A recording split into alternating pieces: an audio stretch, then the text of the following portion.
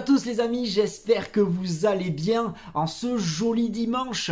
Pour ceux qui sont en vacances, en confinement ou tout simplement en week-end, l'objet de cette vidéo sera la présentation, la mise en lumière de Redjet, un auteur, un artiste, un mangaka qui collabore avec les éditions H2T.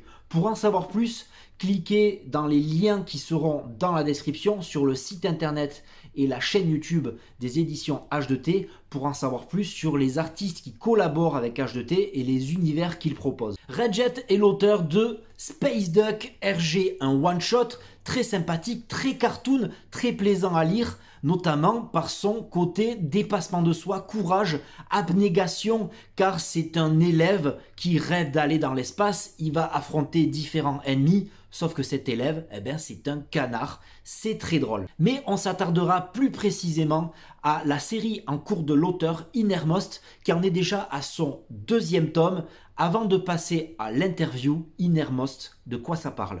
Fin du XXe siècle. Au cours d'une exploration, 2 astronautes mettent à jour un immense cratère sur la face cachée de la Lune. Ils y découvrent les restes enfouis d'un être extraterrestre. Ce qu'ils ignorent, c'est que l'astre n'abrite pas qu'une seule créature, mais une colonie entière d'aliens qui attaquera la Terre 60 ans plus tard. Exterminant la quasi-totalité de l'humanité, ces monstres seront baptisés Galags. En 2075, après la grande guerre qui a vu triompher l'humanité, une seule ville concentre la défense anti-alien et le haut de la société, Turel. Mais alors que les hauts citoyens vivent en sécurité derrière les murs d'enceinte de la cité, de nouveaux rapports font état de massacres dans les quartiers pauvres. Eris, une jeune étudiante promise à un brillant avenir, et Devil, un mystérieux chasseur de Galags, devront percer à jour les secrets de Turel, sous peine de voir l'humanité restante détruite par un nouvel ennemi d'origine inconnue. Voilà, Innermost, j'aime beaucoup la série pour l'instant, c'est de la science-fiction, c'est de l'anticipation, il y a de la bagarre, il y a des gros monstres, et puis avec Space Duck RG, le one-shot, j'avais beaucoup de questions à poser à Redjet. Ce fut le cas lors d'un entretien, d'un interview qui s'est déroulé lors du festival de la BD à Angoulême. Je remercie Manga Corp pour le soutien technique, je remercie Léo, mon ami. Je remercie les éditions H2T qui a rendu possible ce moment et surtout, je remercie l'artiste qui a accepté de répondre à mes questions. N'hésitez pas à me dire en commentaire ce que vous en pensez, vos questions, vos remarques. Bon visionnage. Bonjour Redjet. Bonjour. Vous êtes l'auteur de Space Duck RG et Innermost chez H2T, aux éditions H2T. Comment êtes-vous arrivé au manga? Donc il a commencé un peu comme tous les gamins de son âge à regarder des dessins animés. Et par la suite, il a appris qu'avant d'être des dessins animés, c'était des livres écrits. Et en les lisant, il a commencé à vouloir dessiner des choses qu'il aimait. Et peu à peu, il est tombé dans le manga comme ça. On reviendra sur Space Duck un peu plus tard, mais vous êtes l'auteur de Innermost avec des termes de conspiration politique, le contrôle de la population. Il y a du post-apo, il y a de la science-fiction. Quelles sont vos inspirations manga, films, livres qui vous ont permis de créer votre univers? Donc c'est un peu délicat parce que quand Redjet a commencé à créer l'histoire d'Innermost, c'est pas véritablement né de diverses sources, c'est plus quelque chose d'assez spontané. C'était craché, le premier jet était craché comme quelque chose d'un peu spontané. Donc on peut dire qu'effectivement, par la suite, une fois que les bases de l'univers de Innermost étaient posées, la suite de la construction du personnage a plus été un travail d'absorption de l'image du guerrier et du soldat un peu solitaire, comme celui comme Snake par exemple de Metal Gear ou même encore de Guts dans Berserk. Alors vous avez la particularité, et vous n'avez pas d'équipe, vous n'avez pas un assistant. Vous êtes seul sur le manga. Comment votre travail s'effectue? Est-ce que vous avez le scénario en tête et après il y a les personnages? Ou les personnages sont dessinés depuis quelques années et le scénario arrive après? Est-ce que vous avez une vision de la fin? Est-ce que vous avez une fin déjà prévue? Donc la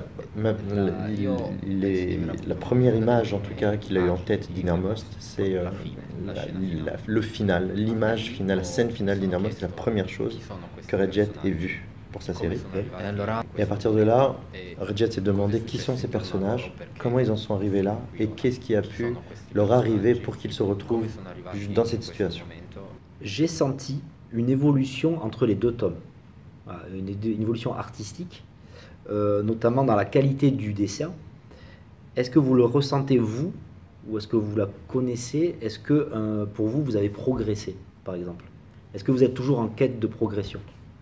C'était pas tant de temps que Giovanni, que Red Jet, pardon, fait du manga et dans le manga. Et il est évident que sa cote de progression, c'est que d'une année à l'autre, il arrive, donc sensiblement entre 2 tomes en fait, il arrive à percevoir ce progrès qu'il fait et il essaye en même temps, il est toujours dans cette démarche de progresser au fil des tomes et des planches qu'il réalise. Je le voyais très bien, justement, il y avait une progression au niveau de la qualité artistique, c'était très sympa à suivre. La menace dans Innermost, c'est les Galags, donc une menace des monstres qui sont polymorphes, ce que j'ai beaucoup aimé. On le retrouve dans Terminator, voilà, également. Est-ce que c'est une inspiration? Là, on est dans la SF pure, les gros classiques de la SF, ce que j'aime aussi. Est-ce que c'est une inspiration? Donc effectivement, alors pour le coup, quand Red Jet a commencé à designer les premières créatures, les premiers Galags, sa culture en science-fiction n'était pas très étendue. Donc avec le temps, Red Jet a agrandi sa culture en se plongeant dans les œuvres de H.P. Lovecraft. Et donc des créatures, des menaces qui viennent d'ailleurs, et des monstres un peu comme Cthulhu. Et autres. D'accord. J'ai vu, il y a un côté très urbain comparativement à Flare Zero, qui est un autre titre. C'est très urbain, il y a beaucoup de bâtiments, ça se passe dans une ville qui est scindée en deux, entre des nobles et un peu une déchetterie, on va dire, des pauvres qui vivent entre eux, qui sont laissés tomber. Est-ce que plus tard, vu que c'est de la post-apo, il y a un côté post-apocalyptique, et vu que ça donne des traces, on donne un peu quelques indices à la fin du tome 2, est-ce qu'il y aura, comme dans la post-apo, un désert, d'autres villes? Est-ce que ça va sortir de cette ville? Un désert, par exemple. Si. Alors, sans trop spoiler, ce que Red Jet peut déjà dire, c'est que le tome 3 ouvre sur quelque chose, sur une vue sur le désert, justement, qui va avoir une importance dans l'histoire, sur quelque chose qui vient du désert et se dirige vers Turel. Mais dans les volumes suivants, c'est quelque chose qui est, on peut dire, prévu, même si on ne peut pas détailler ce qu'il en sera. Mais oui, les alentours étendus sont appelés à être développés dans Innermost. Alors, dans Innermost, il y a deux mondes qui s'affrontent, qui sont très proches. Donc, les nobles avec Eris, et justement cette déchetterie avec des villes qui est très brutale. Et vous vous dites justement, à travers un nouveau personnage, les contraires s'attirent. C'est la rencontre des deux personnages. Moi, je pensais, en voyant la jaquette du tome 1, que ça allait être Devil, avec sa grosse épée, le personnage principal. Et j'ai découvert Eris, qui est encore une fois un personnage très fort, avec qui on découvre le monde, qui est une noble, et qui va s'interroger sur ce monde-là, conspiration politique, économique et tout ça. Est-ce qu'il y a eu un traitement particulier sur ce personnage? Est-ce que c'est l'idée, c'est de donner un personnage féminin fort qui sort des sentiers battus de certains shonen. Donc effectivement, l'idée c'était de montrer le personnage d'Eris comme celui qui a au final la plus forte évolution, partir d'un volume 1 dans lequel elle ne peut finalement rien faire toute seule, arriver sur un volume 2 où déjà elle se prend plus en main et elle revêt un autre caractère, et elle se monte sous un jour beaucoup plus fort, et c'est appelé à continuer à évoluer comme ça, tome après tome. Donc oui, il y a un traitement particulier qui a été fait sur Eris, dont la force et l'évolution sont véritablement la base de la construction psychologique. Donc, le rythme du manga, moi je l'ai vécu en tant que Eris qui porte les dialogues, tout ce qui est conspiration, tout ça, essayer de résoudre le problème, et Devil qui va résoudre le problème par la force, donc par le combat. Quels sont vos moments préférés à dessiner? Est-ce que c'est les personnages avec des dialogues, ou est-ce que c'est l'épée qui est dégainée et ça part partout?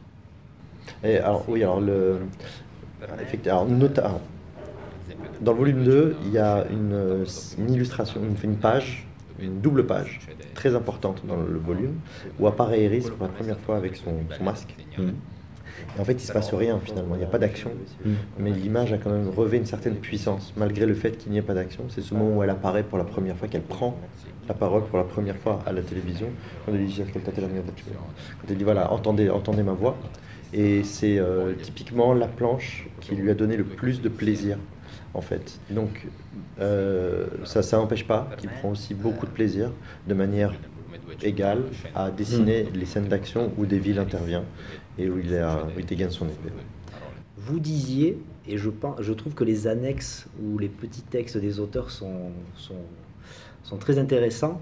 Vous disiez justement quand on écrit un scénario, vous demandez ce que font vos personnages durant leur temps libre. Est-ce que vous pensez qu'ils vous échappent? Est-ce qu'ils peuvent vous échapper? Est-ce qu'ils font un peu ce qu'ils veulent? Ou est-ce que vous arrivez à avoir un contrôle? Alors, pour l'instant, on peut dire que sur ces tomes-là, ils sont quand même très très occupés à suivre ces directives. On imagine qu'il y aura des moments où ils auront un peu plus de liberté pour s'échapper et faire un peu ce qu'ils veulent. Alors, comment s'est effectuée la rencontre avec H2T? Comment H2T va à la rencontre de ces artistes qui sont hors France et hors Asie, que nous, en tant que lecteurs français, on n'a pas l'occasion de découvrir ou de lire? Google. C'est pas vrai. Donc, les réseaux sociaux aident beaucoup, en l'occurrence. Et pour créer ce type de rencontre, là, typiquement, la rencontre avec Redjet s'est faite via Facebook, sur une plateforme sur laquelle Redjet postait énormément de dessins à ce moment-là. Et, notamment, et aussi, vu que Redjet a également été primé au concours du Silent Manga Edition au Japon, auquel avait également participé Salvatore. Donc là, c'est important, il considère que c'est important pour un auteur de participer en tout cas à ce type de concours internationaux pour se faire voir et montrer son travail à des éditeurs en dehors de son pays d'origine. Donc, est-ce que l'aventure continue donc avec H2T? Est-ce que vous savez combien Innermost comportera de volumes aujourd'hui? Donc on est sur 6 volumes. Ok, donc là on est d'accord que les personnages ne vont pas s'échapper et aller sur du 15 volumes. On va parler très vite, on va accorder de l'importance aussi.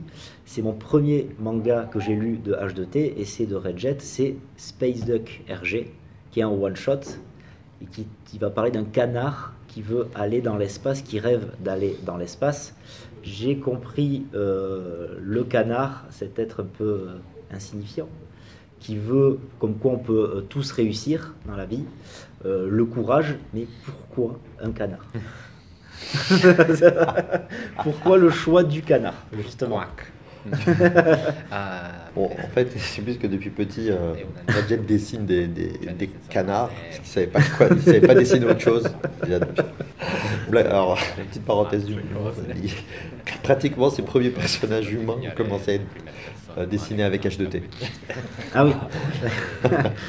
Donc effectivement, l'idée c'était de ne pas partir sur un animal qui en impose naturellement, comme un tigre ou un dragon. L'idée c'était vraiment de partir sur une créature insignifiante comme un canard, en disant que si ce canard est capable de devenir astronaute, globalement, n'importe qui peut devenir n'importe quoi. Exactement. Et pourquoi Redjet? Pourquoi un surnom?